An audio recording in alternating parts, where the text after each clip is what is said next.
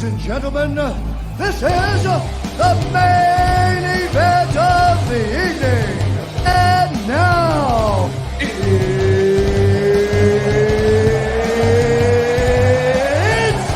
time!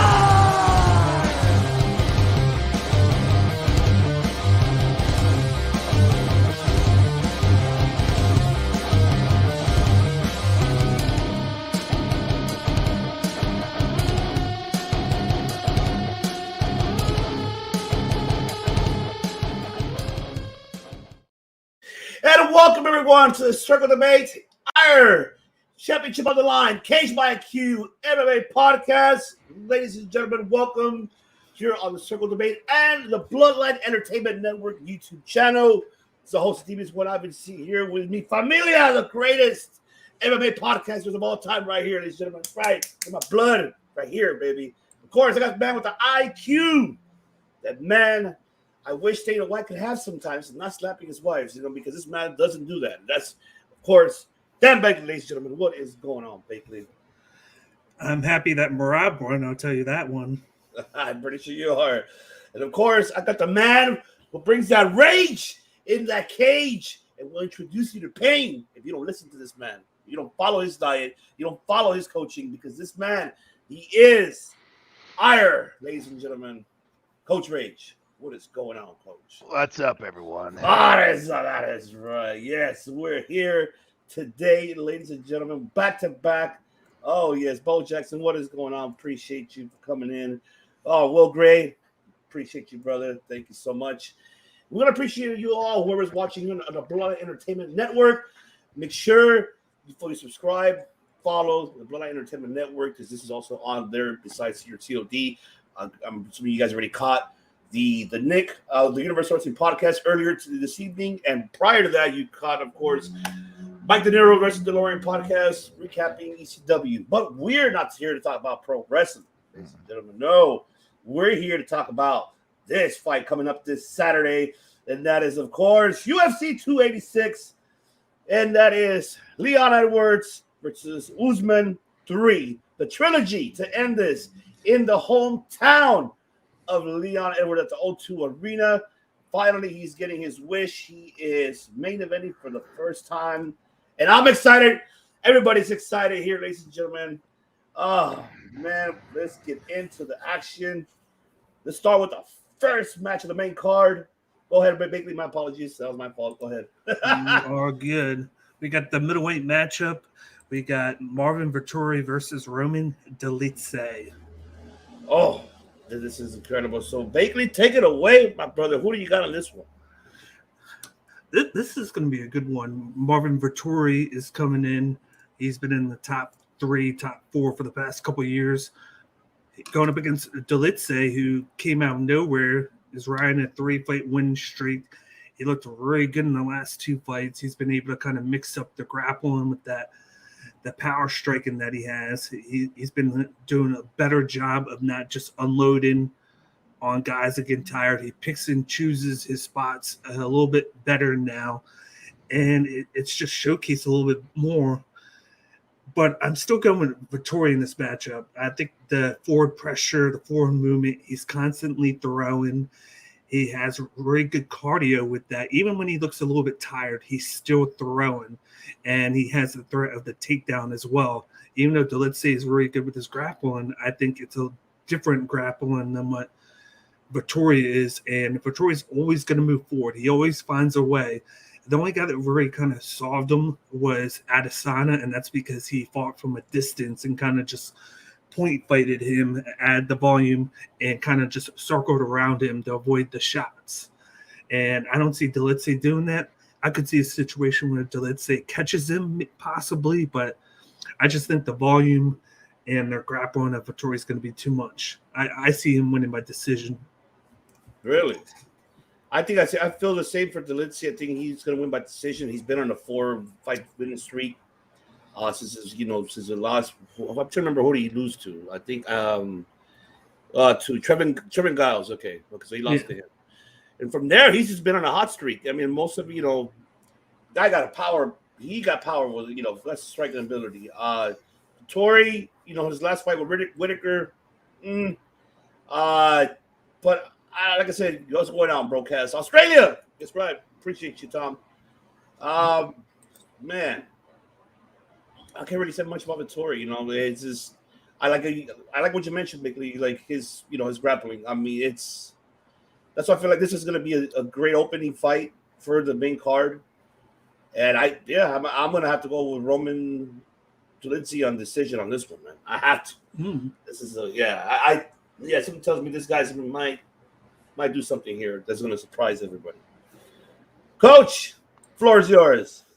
Full disclosure here, I'm biased on this one. I know Marvin. I know his coach. I know his coaches, I should say. So he's fighting out of King's MMA. Master Rafael Cordero will be in his corner. And he has a boxing coach who is also quite phenomenal. And I think he's been working with him as well. So the other thing, I know a lot of people that have sparred with Marvin, and his body shots stop people in training. They stop. He drops people in the training room. So I'm thinking that's probably what's going to happen. Marvin, I think, has the edge in the grappling. I think he has the strength. They're both going to be fairly comparable. Roman is aggressive, but I think Marvin's experience and strength of schedule is better. But to be honest, I cannot get past my own personal bias. I consider Marvin a friend, and I think he's going to win. I think he's going to win with a liver shot round 2. Ooh, wow. Liver shot round 2. Ooh. I'm gonna remember that. I'm gonna write it down. I'm gonna write it down. I need to. He's a liver shot round 2. Okay. I will be passing in the chat. I'll be definitely in the chat telling you were right. Yeah. Also, look at the competition that they both face. Marvin Vittori has faced the last 5 or 6 fights have been in the top 10, where Dolidze finally fought somebody in the top 15, I believe it was, taking the fight on short notice against Hermanson. Right. In which he looked good in that fight. Yeah. He looked good. But also, like most of Marvin's losses have been in title contention, or at least with a champion, right? So he lost to Izzy twice.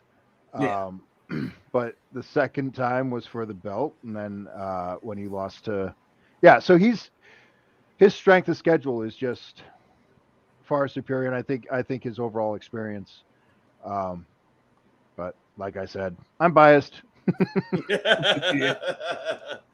Love it. I'm excited. I can't wait to see that. It's going to be a great opening fight for sure.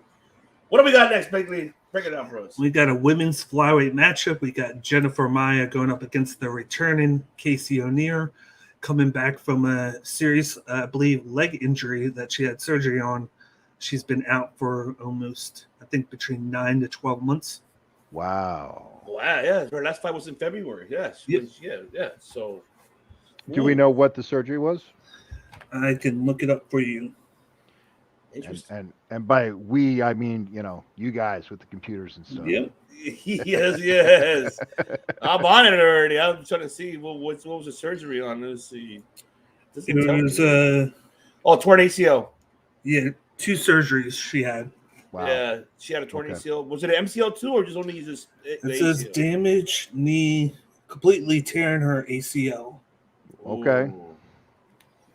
Wow, that's gonna be tough for her to come back. I mean, it's been pretty much it's been over a year for her. So this is a comeback for her. So this is gonna be very interesting to see. I mean, it's gonna be a factor.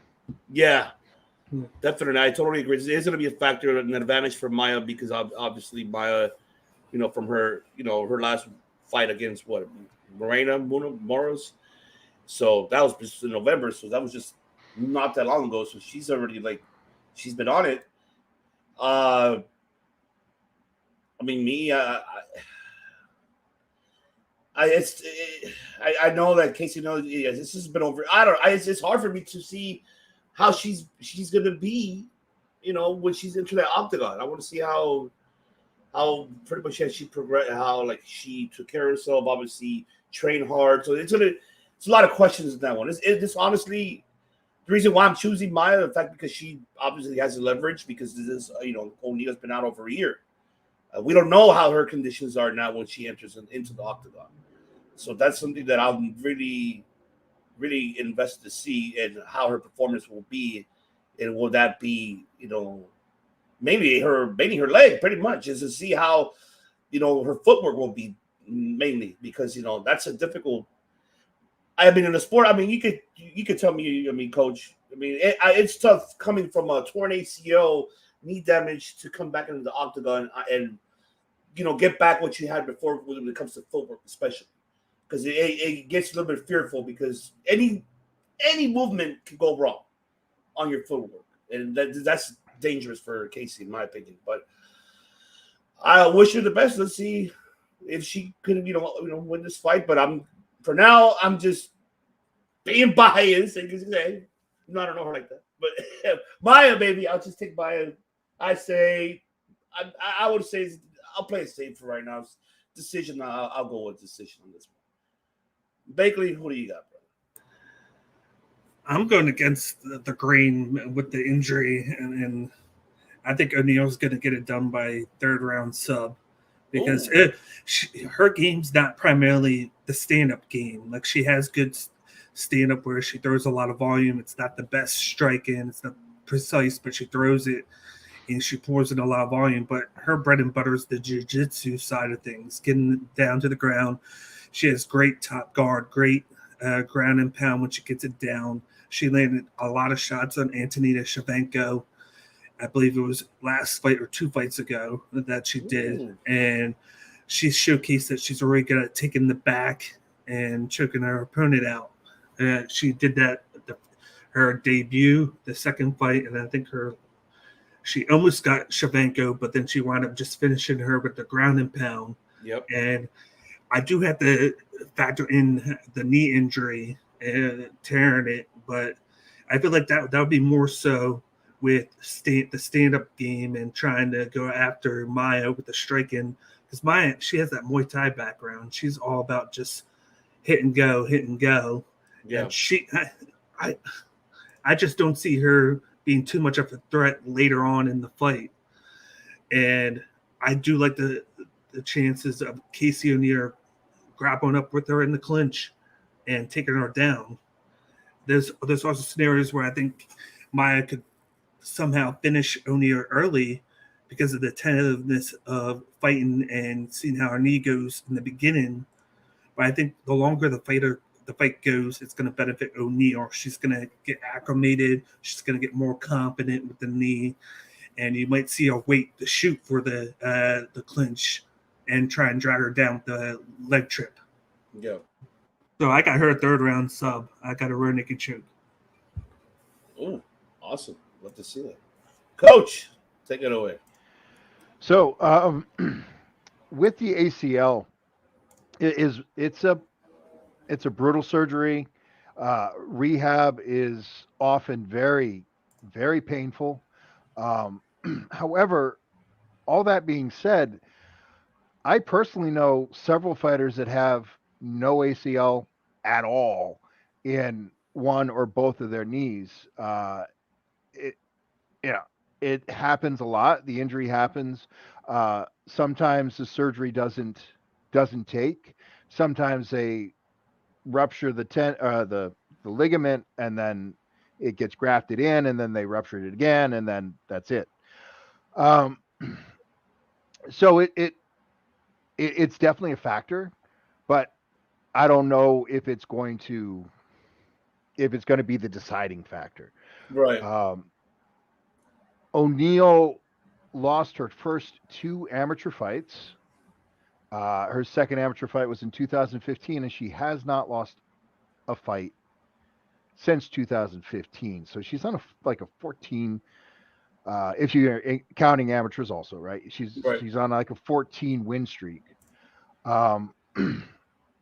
So I think that's all strong in her favor.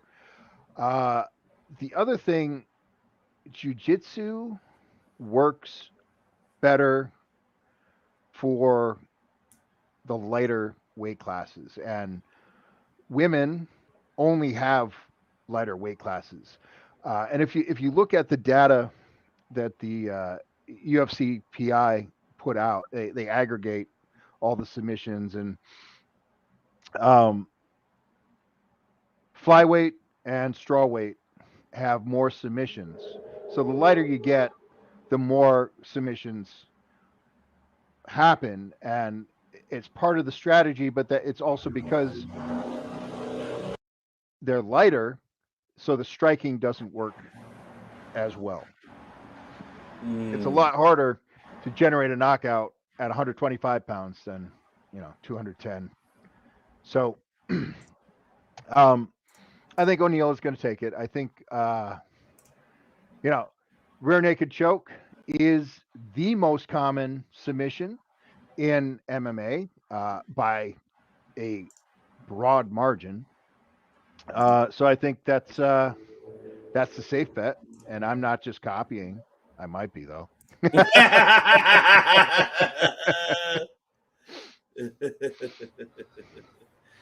Awesome. And Maya has been taken down 10 times total in the last 4 fights. Jeez. All right. Okay. Let's hope so. I mean, O'Neal's 25. I mean, she's young, and she still had. I mean, I'm hoping that it's. What's Maya's age? I'll find it right now. Maya is. I'll let you know in a moment. Maya is 34. Okay. Yeah. As a head, 9-year gap difference, right? Like, yeah. But like how you mentioned. So in MMA, this is interesting. Age is a significant factor as far as statistics. So generally speaking, the younger fighter wins, and it's a pretty significant stat. I just don't remember exactly what it is, but it's over 70% of the time. One thing that is different about MMA, we give reach and height stats, but they are nominally significant. So in boxing and kickboxing, height and reach matter, but much less so in MMA. The reach in the striking is essentially nullified with the grappling. So in boxing and MMA, you look at the data, you look at the stats, and it's statistically significant that the fighter with the longer reach and more height wins more often. Right. But that does not manifest that way in MMA. I think it only matters. I think statistically in MMA, it only matters if the reach is above 3 or 4 inches. I think that's the only time that it matters. If it's a significant reach advantage, and at the heavier weight classes, so it matters more for heavyweight, and then light heavy, and then after that it just kind of statistically disappears. You just look at the two guys that have the biggest reach, which is John Jones and Sergey Pavlovich. You see why. Yep. Absolutely, yes. Oh man, I can't wait. So like I said, I hope you guys are right. I hope we'll pull that off. I hope so. Yeah. I'll be happy for her because ever since her debut in the UFC, she's undefeated. I mean, and I'm hoping she gets back into the rankings. I mean, currently they have her. I mean, they ranked her at what, Bakley? Because I know she's in the ranks for some other reason, right? She is number 12. Number 12. Number 12. So she's and professionally, she's undefeated professionally. Yeah, she's undefeated. I think when she fought last, she was 9 or 10, but because of being inactive, she moved down to 12. Yeah, and rankings, man, they're so. Yeah. Okay. I digress. I know you want to. I know you want to. Fuck the rankings. Especially pound for pound. Like, there's so little rhyme or reason to pound for pound rankings. It's just, well, it's a fictional ranking anyway. So they have their, dramatic license or whatever. But anyway, okay, let's let's shut Coach up because he just talks too much. It's all good. It's all good. Hey, we're learning from the coach too. Yep. Or also acknowledging and learning from the coach as well. That's the point. Take it away, Baker. What do we got next, brother? Next one, we got a welterweight matchup. We got Gunnar Nelson going up against Brian Barberena. This is Gunnar Nelson's second fight back from returning to the octagon after, I believe it was 2 or 3 years away from the UFC. And break it down for us, Baker. Give us your take. Well, it's the matchup of styles. You got Brian Barberena. He's all about throwing the kitchen sink. He wants to stand up and trade, brawl, basically. He's all about the striking. And then you got Gunnar Nelson, who he can stand up and strike, but it's all about the grappling in this matchup for him. He does a really good job of clinching up with the opponent and then kind of just taking their back and riding their back to try and pull them to the mat, and then ground and pound them from there. And we've seen in the past, specifically the Jason Witt fight with Brian Barberena, where he struggled with the takedowns. He struggled there. He struggled on UFC Columbus. What was it? Matt Brown, I believe it was. He struggled with it there. He somehow still got the split decision win, but he struggled getting up and defend the takedown there. It's just one thing that he can't do is defend the takedown. And I just see Gunnar Nelson riding his back, taking him down repeatedly, and just riding him. I really don't see a finish because I don't see Gunnar Nelson. He could be a finisher, but he hasn't done it in a while. And I see this more of a fight where he stylistically tries to take him down and just ground and pound him on the mat. So I could see a finish on the mat, but I think it's going to be more like a decision type fight where he just takes him down and controls him, with Barberena not being able to really defend against the takedown or get up. So your decision is it's Gunnar Nelson decision. Okay. Yeah, I wish I could say I'm familiar with these guys, but I'm not. So I'm gonna have to pass on this one, unfortunately. There's certain fighters I'm familiar with, but not all of them. So I apologize my knowledge for that.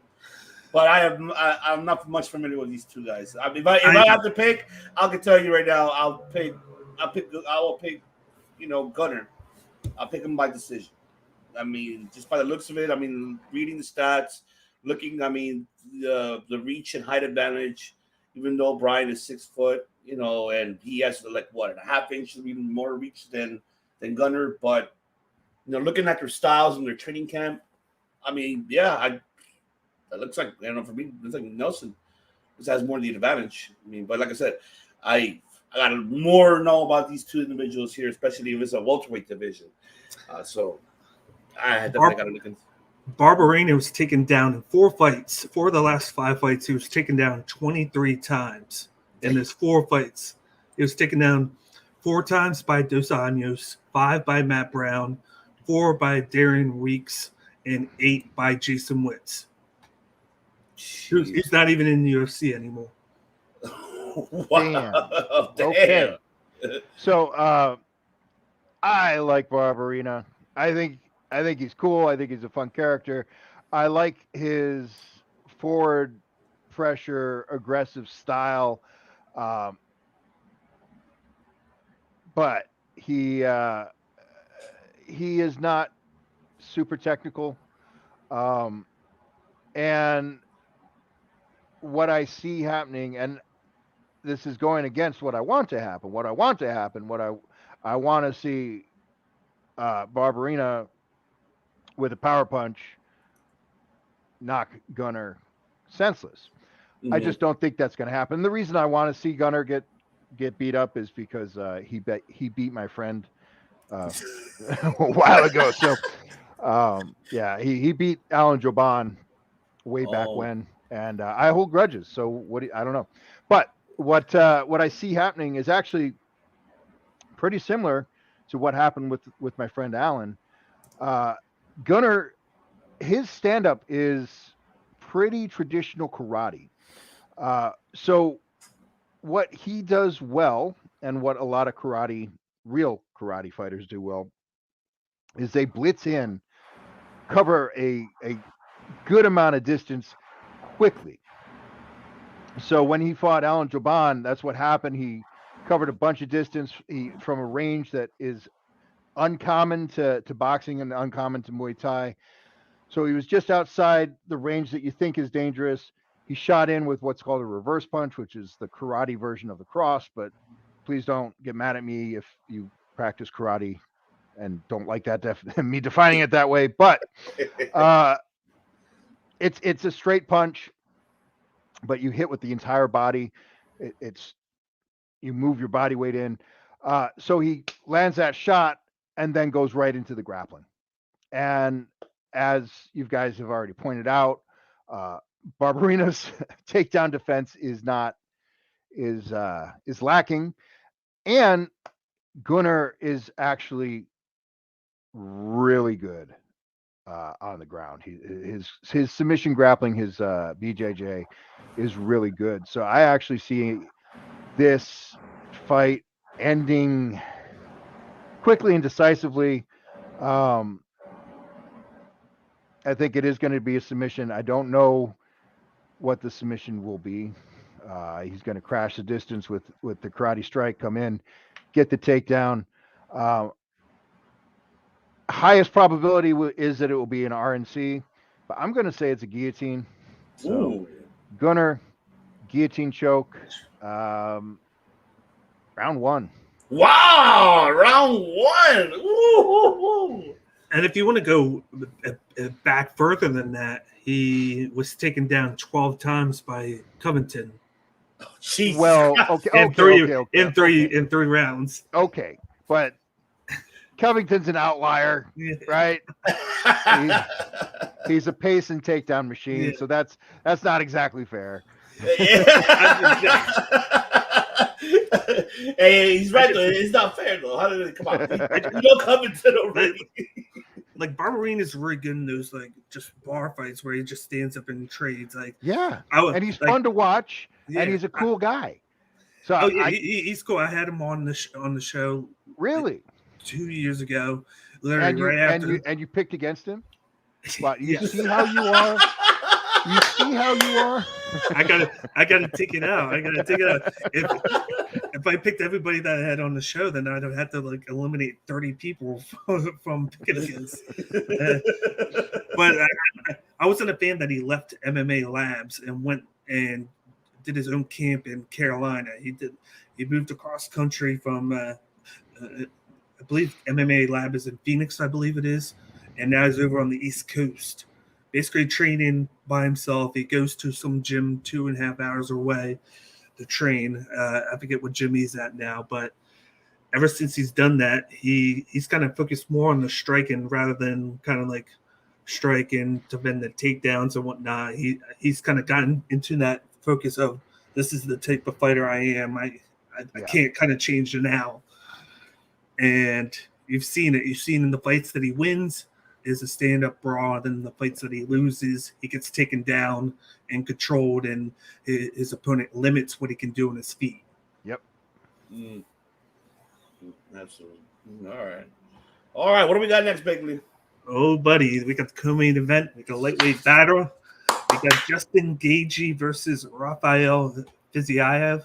This is a matchup that I'm looking forward to big time. And this is one of the two guys that fight in Denver, Colorado, of course, because Justin Gaethje and Usman are training partners. Mm-hmm. Yep, absolutely. And this is the one I'm really excited for because seeing Rafael FIZIEV, just seeing his fights, I mean, the man's credentials, what is it, Sambo fighter, Muay Thai, I believe so. Yeah, Muay Thai fighter. This guy has heavy hands, and this guy can fucking punch. And this is going to be a challenge for Gaethje because, mind you, we know Gaethje doesn't have a chin. I'm going to say it straightforward. I mean, the guy doesn't really have much of a chin, man. So Jesus, man. You could have told me different in the Michael Chandler fight. How many times did he get hit, and then he just kept on going? Yeah, but it's like, it's coming to a point that Gaethje's gonna have no chin down the line. It's just this is gonna be a challenge for Gaethje.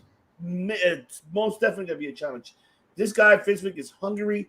He wants to be in the top, contender spot in the rankings, and seeing the way how, of course, we already digressed about it, embedded that they gotta show the true training of it, which I'm okay with. But the preview of what I've seen so far between these two individuals, I'm loving the fact that this man is really analytical of Gaethje. He's really watching what this Gaethje brings to the table, and knowing that Gaethje, man, it's gonna be I think it's gonna be a fight of the night, in my opinion. I think this might be the fight of the night. Question is, who would I choose? And I love Gaethje.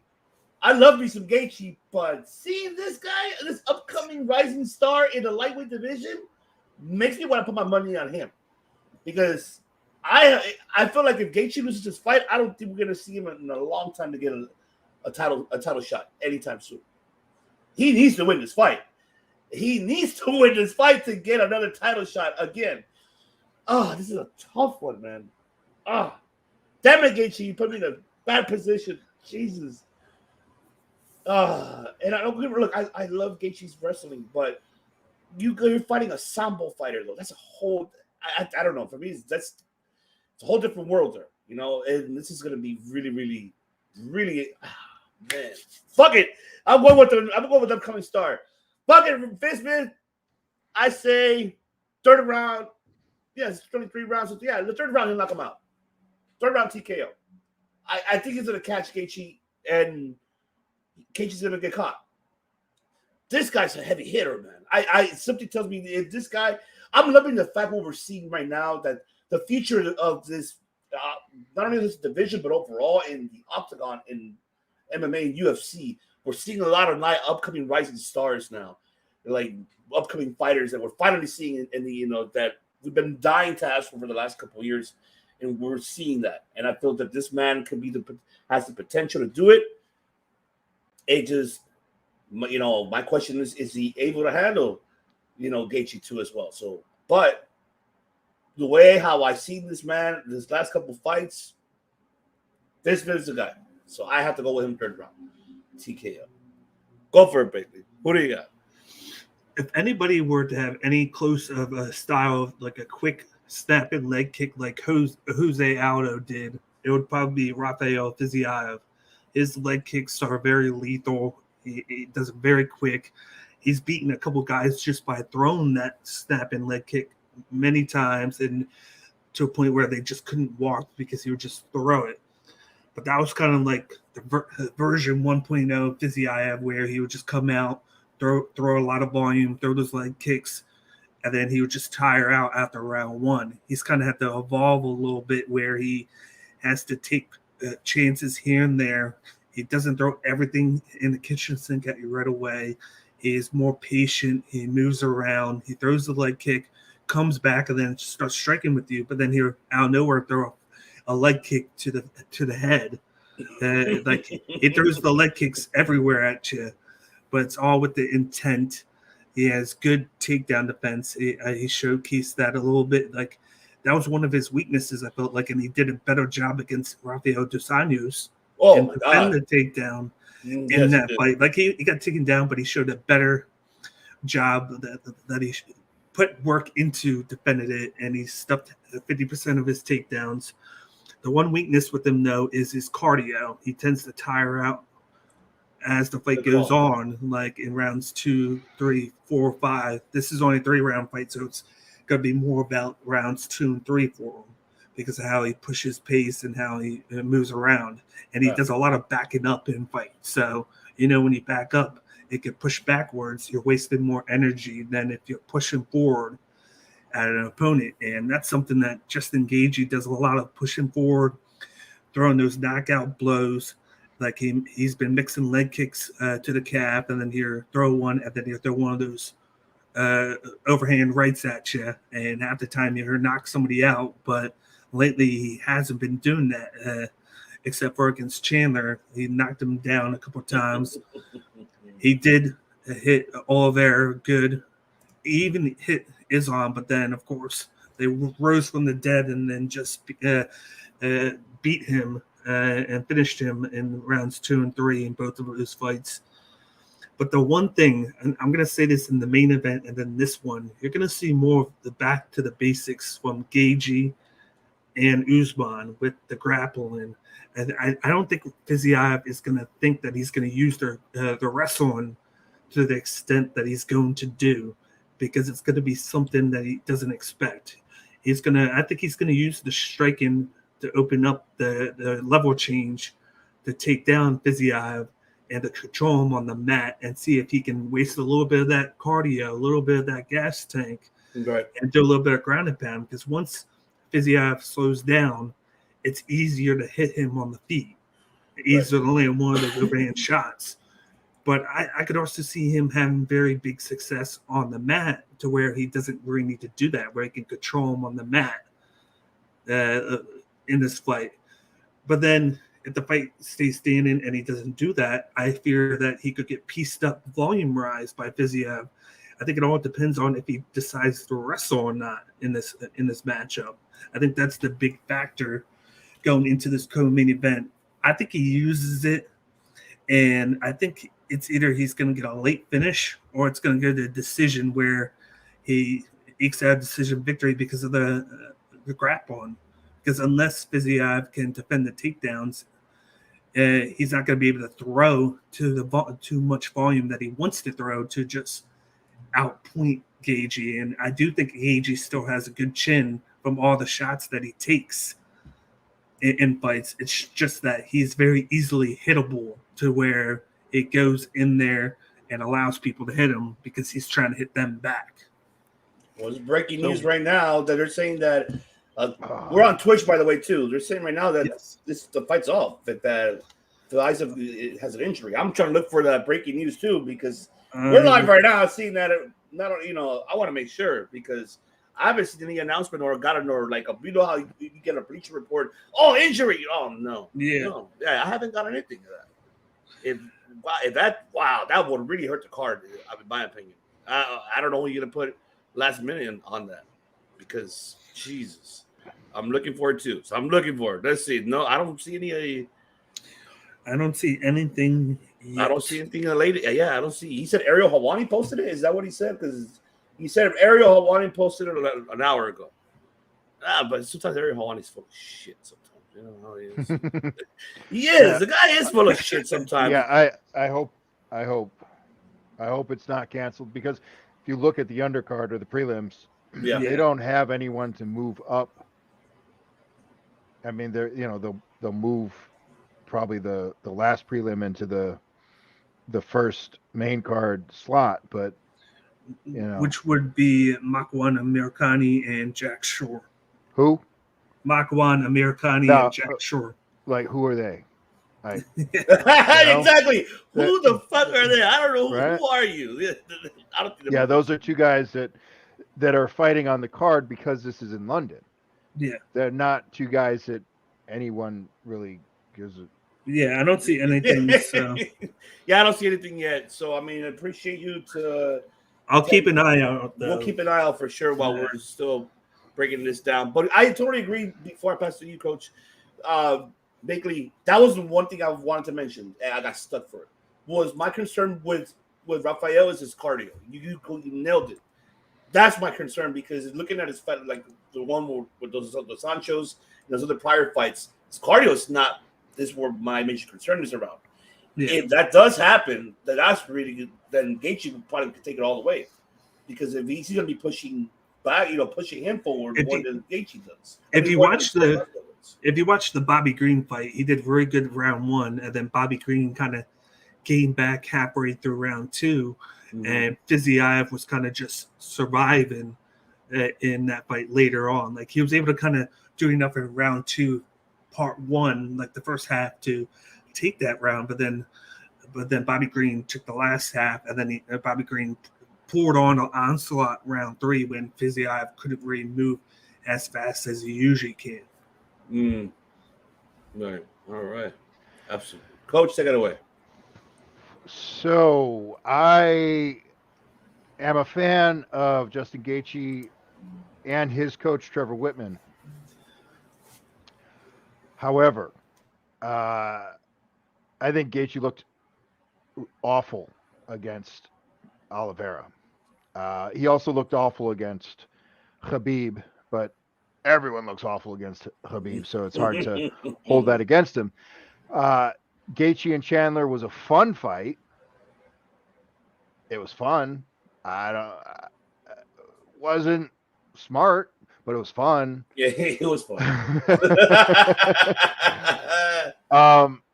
So for a while now, I've been contending that the style of strength and conditioning that Gaethje has been doing consistently now for several years is actually detrimental to his maximum power and his absolute strength. And I think it's been showing itself a little more frequently where he's lacking the one punch knockout power that he used to possess. Right. And what happens if you do too much steady state or long steady distance training, if you do too much aerobic based training, your body will adapt to that. And aerobic based training is slow, steady, consistent. So if you do a lot of that kind of work, that's what your body adapts to. It's the SAID principle, SAID, specific adaptation to imposed demands.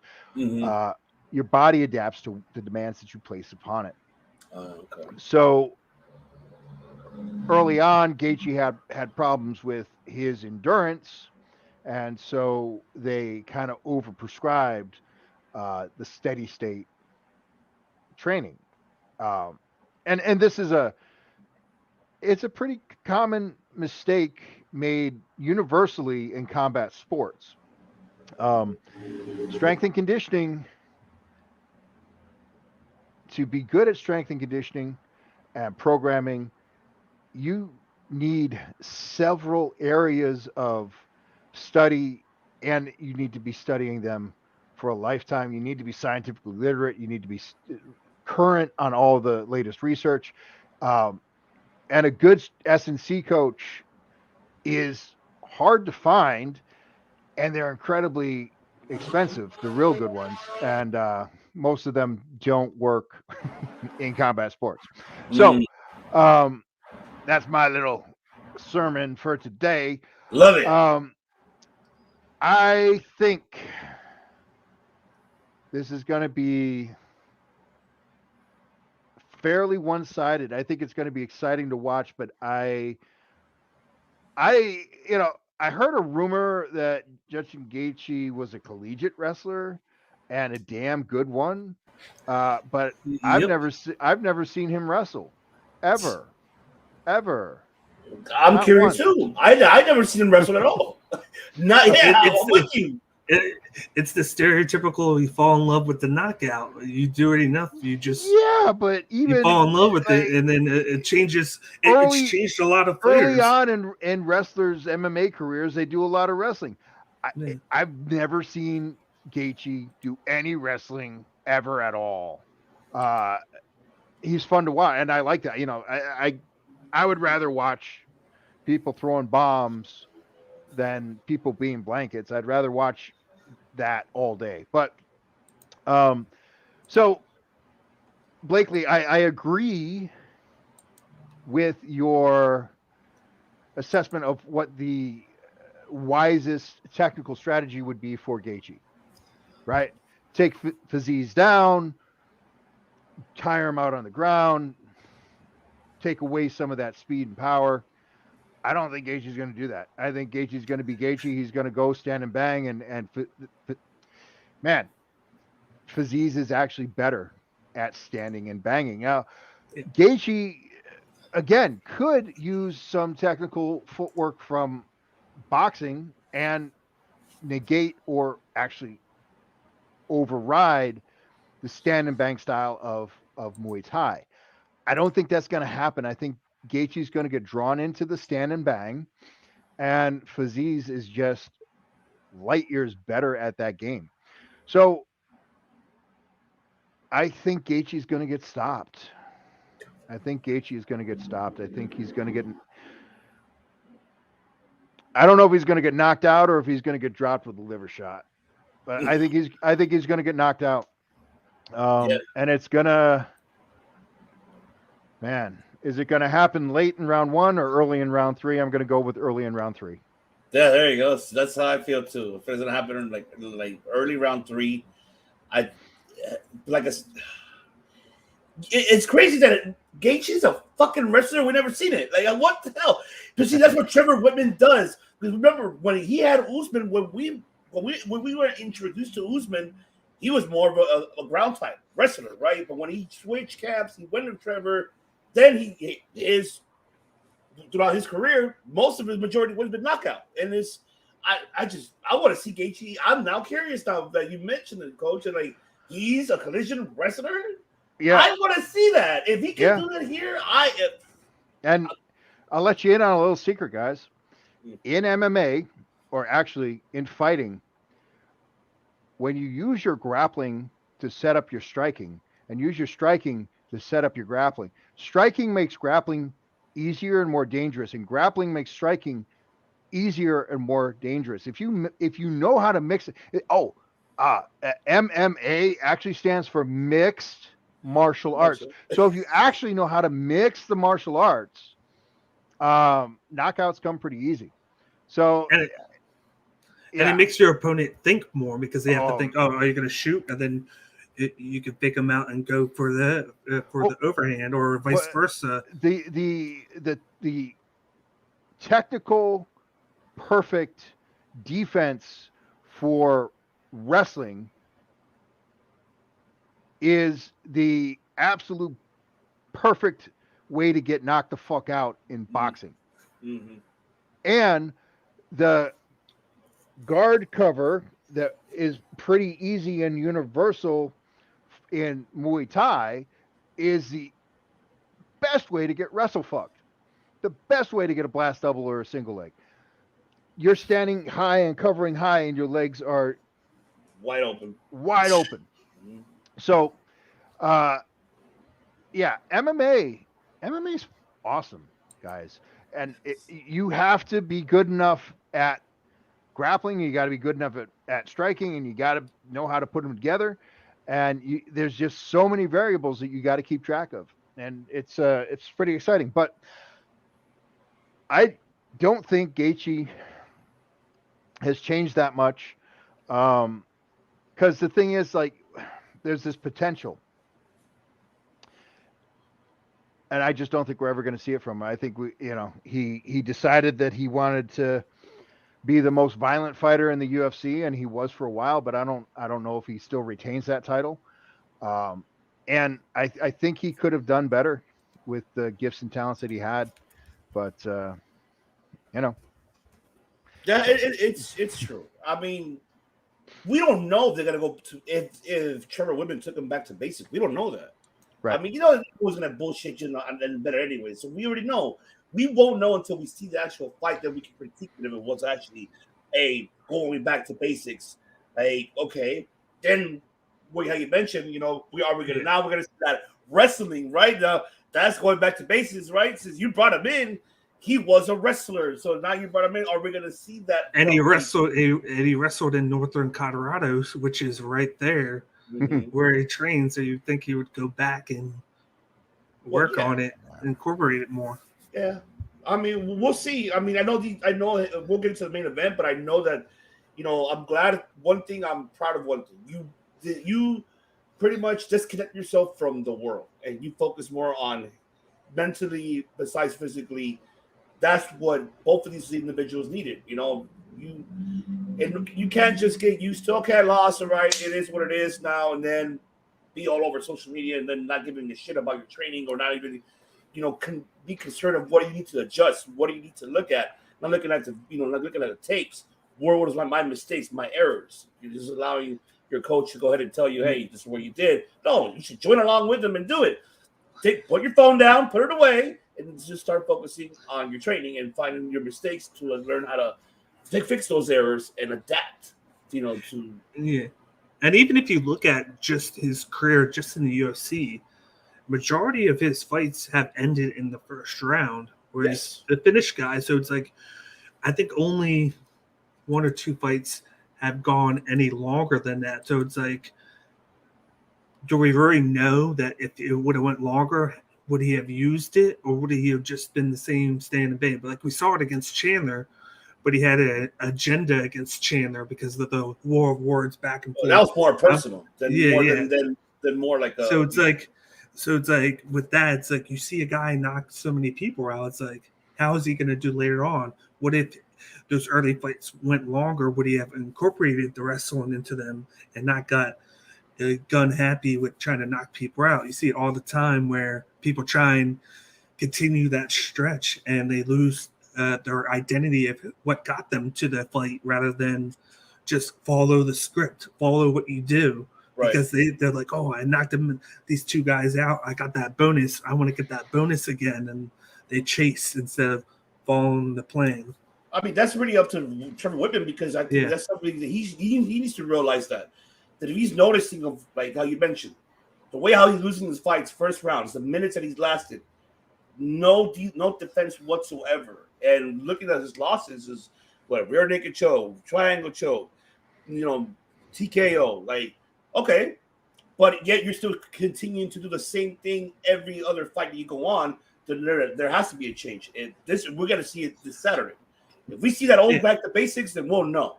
Then we'll definitely know this Saturday. So, but I'm with Coach. I still feel like he lost his momentum ever since.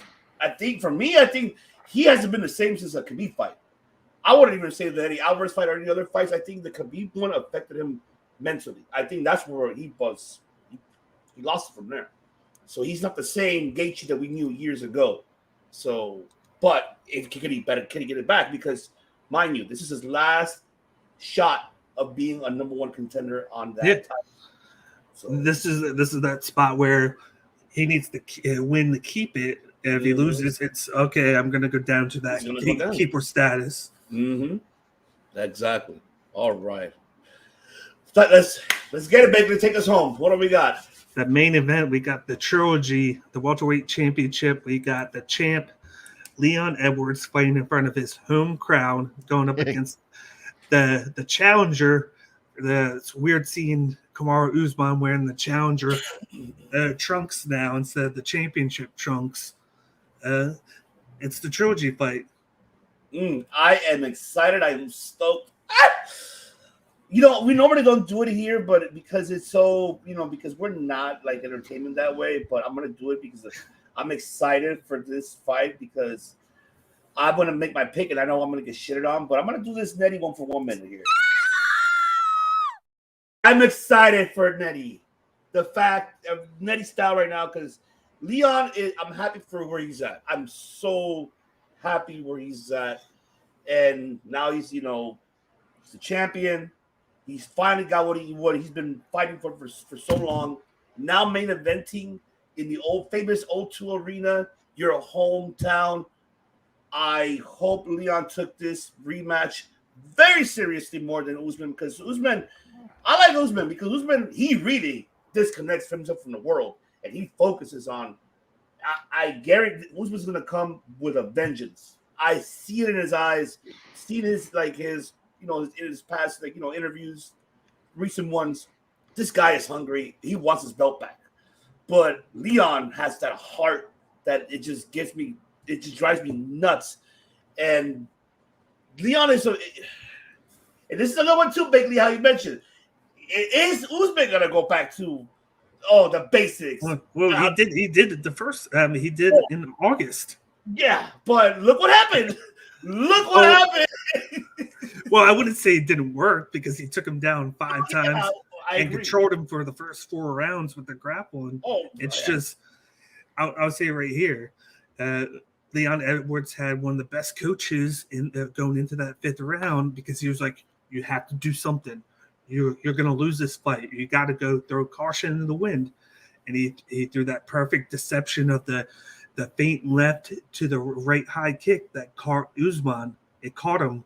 The one thing that could beat Usman in that fight was getting finished in that last round. It literally 55 seconds left in the fight, I believe it was, and he got hit with it. It was the one thing that happened. But if you look at the fight, the whole fight in general, he was dominating the fight. One thing we didn't see up until that fight was Leon Edwards getting taken down. He had really good takedown defense, and he got taken down 5 times. He got control for a total of 7 out of that 15 minutes. Like, he had no answers for the wrestling. Because the 3 fights before that, we saw Usman do heavy boxing. He fell in love with the boxing because he was working in his fights. Well, and of course, his fights majority of the time, So where I get like the difference between Usman and GAETHJE is we saw Usman kind of like develop more into a more overall fighter where he utilized the wrestling to his advantage early in his career, and then he developed the striking. You saw a little bit more of the striking in the Gilbert Burns fight, and then you started seeing more and more and more of it, but he still used the grappling along the cage because he does a really good job of controlling guys along the cage. Very true. And using elbows, using the foot stomp, and just wearing on them. And he throws full high volume. He had those busy fights with Colby Covington, Jorge Masvidal. He was tested late in rounds. He has good cardio. He goes late in the fights. Whereas Leon Edwards, that was kind of like his first 5-round fight. And he got a little bit of taste. He got the victory, all the props in the world. But I just see a lot of the same for the first fight and the second fight. I think you might see a little bit of tenderness early because Usman in the back of his head knows I got hit in that 5th round. That's never happened to me before. So it's going to creep back into that head where maybe he's a little bit tentative, a little bit slow. But he's going to go for the same wrestling style. He might throw a little bit of different looks because he knows that he did it before, and Edwards is going to prepare for it. So you got to throw a little bit of different looks at him to throw him off of the original game plan. So you might see a little bit more mixture of less wrestling and add more of that boxing into it, but then more like the 50-50 style, like try and put both together to make him think more. I just think Usman dominated that fight. He had the one hiccup that cost him the fight. And I think he wants the belt back. Like you said, he's hungry. He wants it back. He knew that he had that fight, and he made that mistake. That was on him. He owned it. He said, I got hit. Props to him. But when he did what he did, and you give him any more motivation than what he had before that fight, that's dangerous. I think that's dangerous. And I think he's going to come in there. He's going to possibly want to finish Edwards. He's going to make a point. And I'm going safe, and I think he gets it done by decision. But I think he could finish him in rounds 2 or 3. I really do. I think he has the tools to do so. I think so too, man. As much as I love Leon, because it's Usman. What can I say? It's fucking Usman, but oh my god. And I'm not downplaying anything that Leon Edwards did either. I just saw that fight and I was like, he got thoroughly dominated, but then pulled out that one trick out of his bag. Remember the beginning, he's the first man to take down Usman. We haven't seen Usman been taken down at all, so he did he did surprise us with that, and of course with the upset with the kick. Yeah. Now, is he able? The question is for Edwards, is he knowing that this man is going to come with a different strategy? Yeah. You mentioned 50-50, and how Coach already said it, MMA mixture right there of everything, and that's what's going to happen here in this fight. Just look at the body language of Leon Edwards after round 4 ended, going back to the stool. He had very low, low self-esteem. Body language. He had nothing. And his coach. That's why I give his coach props for that. He talked him up. He was like, "You can do it. You can do it. Just go at him. Do whatever you can. This is your moment." And he made it happen. Yeah. So I'm I hope I'm wrong on this one. Yeah. I'm going with my mind and my heart. So Usman will get his title back, and I'm playing it. And I say he'll get it by karma's a bitch. 4th round, he'll get it, and he'll probably do a TKO 4th round. I think he'll probably do that. I think he can do the 4th round TKO. But I hope I'm wrong because I want Edwards to win in his hometown. That's what my heart is telling me. My mind being analytical, I have to go with Usman.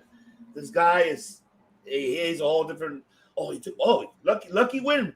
But wait, I'm gonna come back. I'm gonna come back strong. So yeah. That's all I got, man. Coach, break it down. So I do not believe Usman. Watching his interviews when he's with all his bluster and bravado, he's always rubbed me the wrong way that way. He's always had a facade but he was saying, I'm the best in the world. I've already proven that, blah, blah, blah, blah, blah. You're not the best in the world right now. Leon Edwards is the best in the world because he knocked you out, and you know it, and everyone else knows it also. We saw what happened in the last fight. His camp, his coaches, we all know what happened. So I see Usman coming out super aggressive in round 1, and I think Usman might win round 1, and then I think Leon starts catching the timing and starts taking him apart, and I think Leon is going to knock out Usman again, and I think it's going to happen in round 3. Ooh, I love that. So, because of the way how Usman's approaching this, you think mentally that's a mistake coming into the fight, into the octagon that way because of that mentality, like that revenge, that woman revenge mentality could really, fighters, and I can say this because I've worked with them and I am one. Fighters are at their core, they're emotionally and psychologically damaged. And if we can manage it and channel it, then we do well. But I see a fractured ego and a weak ego, and Kamaru Usman, and I think he's trying to convince himself of his ability, where in the back of his mind and in his heart, he knows Leon beat him, and it will probably happen again. Even though, everyone's like, okay, but Usman was dominating that fight. Sure, cool, nice. Those are all buts. The reality is he got KTFO'd. Yeah. And that, first of all, that changes you physically, mentally, it changes you, but then psychologically it has an effect. But there's physiological changes anytime you get knocked out. So Usman's game is not complex. It's not sophisticated. It's just fast and strong and good. But you know what he's going to do. Where Edwards knows what Usman's going to do, but Edwards is also sophisticated. And so I think they've had enough time to prepare. They went into the first fight and found out, okay, this is what the takedown is. This is what. Now they have that information, the team, and they're making those preparations. Is it going to work? I think it is, but I could be wrong. It's happened once or twice. Once or twice, no more than twice. Oh man, and you know what? To be honest, we've been doing this show, Coach. It's been the truth. There's been wrong once or twice. There hasn't been more than that. And we have it on record. That's because I wasn't on the John Jones episode. Usually when I'm wrong, it's because I'm biased. It's because I'm like, I hate that guy. I want him to lose. Or I love this guy. I want him to win. Yeah. And another factor with this fight is we have to remember that this is the third fight. They didn't just fight once before; they fought twice before. Right. Really? So there's a lot of different looks in this. A lot of people thought that the first fight that it was closer than what the judges thought it was when Usman won that one. I believe it was 8 years ago. I believe it was, or six years ago. Either of them were anybody. Yeah, it was. I think it was Edwards' second fight in the UFC, and I think it was Usman's second as well. Wow. Okay. Yeah. Definitely, man. I'm excited. What a card we're gonna have. I mean, the prelims. I don't know if you guys had a fight in mind in prelims. You guys want to briefly discuss before we close it out here.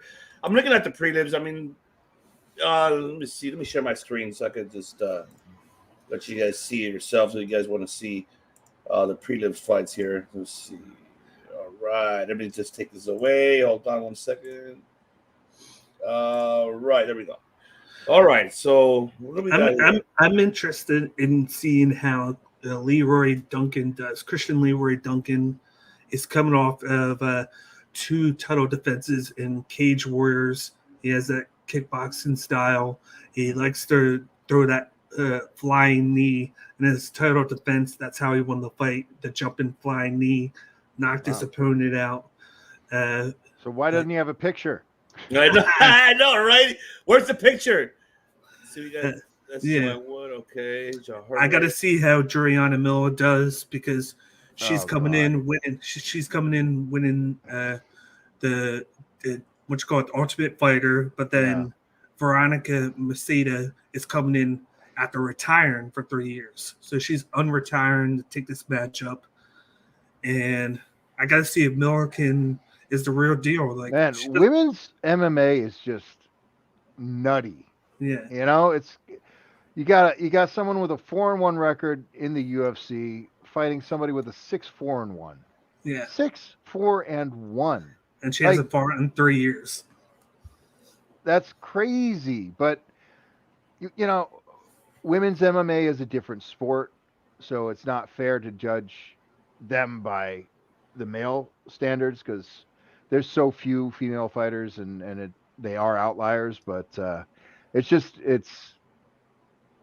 crazy to me to think that, you know, you have 5 fights and hey, welcome to the UFC. You know? She has 5 fights, and then she did 3 fights in the span of like a month or 2 on the show, plus the finale which she I was unimpressed by the talent on that show. Yeah. Unimpressed by her too. I like the Jack Shore Americani fight. Jack Shore just moved up I believe he moved up the featherweight. And 15, my bad. Yeah, 15. It's very interesting fight because Makwan, he's one of the best guys in the first round. He grapples really good in the first round. He throws a lot. But then if you can survive that first round, it's almost a guaranteed win because he gets very discouraged after doing that. I'm looking at this and I'm like, I don't know who that is. I don't know who that. Oh, okay. Featherweights. Yeah. Featherweights or featherweight. Okay. And non-American. So hard for me to care. Yeah. and then Jack Shore has an interesting style where he is a kickboxer, but then he has really high level Brazilian jiu-jitsu. So he's really good with the grappling there. But then is he normally a bantamweight? He's normally a bantamweight. His last fight, 2 fights ago, before he moved, he lost to Ricky Simone. Okay. And he got, I believe he got subbed, and then he decided that he needed to move to featherweight. Okay. So we're looking forward to that. So this is the prelims that we have: Chris Duncan, Omar Morales. Duncan, we got 5 fighters making their debut on this card. I can definitely see that now because there's nothing but UK fighters. Because of course it's in the UK, baby. That's what we're seeing. Yes. So UK European MMA, but especially British MMA. It ain't Yeah. there yet. It ain't there yet. Their talent pool is shallow. Their training is a few decades behind. Yeah. However, that is going to change real quick. That's going to change in the next year or two. And the reason for that is the strength and conditioning. Okay. What happens over in a lot of countries that are not America, you can actually go to college and get educated for free. So you're then able to risk a career in sports science. And so there are so many former fighters, boxers, kickboxers, MMA fighters that finished their career, went back to university and started getting their PhD or started working in sports science research. And I'm going to say over there, that happens. It never happens here. You don't go back to school after you finish your fight career in the States. You just can't afford to do that. But it's pretty commonplace in Great Britain and Oz in Australia. So they have that advantage, and that's going to show up pretty rapidly. And both uh, Australia and the United Kingdom are going to start being much more significant in their presence in MMA than they have been in the past decade. If you go down to Muhammad Makayev, he's a very, it shows he's United Kingdom, but he's actually, of course, Dagestanian. But he is British. He's from Britain. Yeah. So he's a British, a UK descent, but okay. UK descent, but he is from Dagestan somewhere. But he's lived in UK all of his life. He has that Dagestanian wrestling background. Yep. He utilizes it, forward pressure, takedown. It's just constant. And he's been developing a little bit of the striking, and he does a lot of shit talking on Twitter, calling everybody out in that flyweight division. and the only reason he took this fight was because of he has a shoulder injury that he got a couple of months ago, and he's fighting through it. Wow. Okay. He's going to fight through it, and that's why he took the fight against an unranked guy in Jafel Filo. Yeah. And that's pretty stupid. He's just blown, right? Like, what the hell? Who did we just see? That just happened, right? Where somebody, TJ Dillashaw, wasn't it? Yes. Yeah. Yes. Right. He was injured and he came in and shit the bed and he's retired. Hey, thanks for wasting everyone's time, asshole. There you go. Yeah, I get it. You want to stay active, you want to fight, but there are knee injuries, shoulder injuries, cervical spine injuries, and lumbar spine injuries are not to be messed with. Yeah. And I don't think he would have fought. I don't think he would have fought if it wasn't in London, because he's fought on every London card that they've had. Yeah, he makes it a point he wants to fight there. But these guys, they weigh what my guys can curl. So there you go. Yeah. So, man, I'm looking forward. I'm excited, gentlemen. Another thing I'm excited for, I encourage everybody. Besides here, you could go to the Bloodline Entertainment Network website. Go to bloodlinenetwork.com. Bloodline. Yes, right. You can find, of course, right here, all your, besides pro wrestling, you can find sports here. You can find your NFLs, NBA, fantasy draft for baseball and football, of course, MMA. Of course. MMA is all that matters, guys. Yes, we're right here, of course. We're here. We got Bakley in the house here with his bet slips, of course. He gives you the odds-on favorites and who, his picks. The bet slip from Cage right here from Bakley, and, of course, his picks and predictions for every fight night. is right here as well on the website. You can find it here. He has it all here. BloodlineNetwork.com. We are featured here, of course, as well. Wow. There you go. That's the recent one. And yes, we'll be seeing a lot more content from Bakely and us here on the BloodlineNetwork.com. Make sure I encourage you guys to check it out. If you guys want to get into fantasy sports, anything else besides wrestling, there's football, there's articles as well that you can read upon. But articles besides pro wrestling, there's also for MLB and for football. So yes, coming soon. Hopefully, we'll have an MMA article. But more importantly, MMA and circle of debate. Yes. Yeah. And the bloodline is this. Mainly that. And we got my interviews up here on here too. Last week I had Tanner Boozer on. Talked to him ahead of his light heavyweight move back against Ian Kudalaba. That's next month. That is right here. And Tanner Boozer, baby. That's the interview right there. Yep. And I got Blake Bider coming up. He was on UFC Perth. He defeated Shane Young in that fight by decision. In his debut in the UFC. I got him coming on in the next couple of days. Wow, that's cool.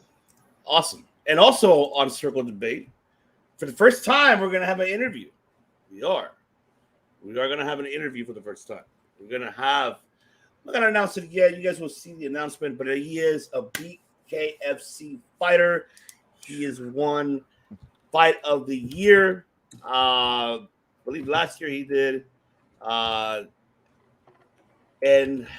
he is going to be interviewing with the director. So, and that is, of course, David El Perro El Necio Diaz will be on the show. And I'm excited, and I'll share the stats so you guys know who he is. This man right here, number 3 ranking in bantamweight in the BKFC, and he will be with us on Sunday afternoon. And it's going to be interesting to speak to him. So I'm excited to get to know. I was actually talking to him personally this past Sunday.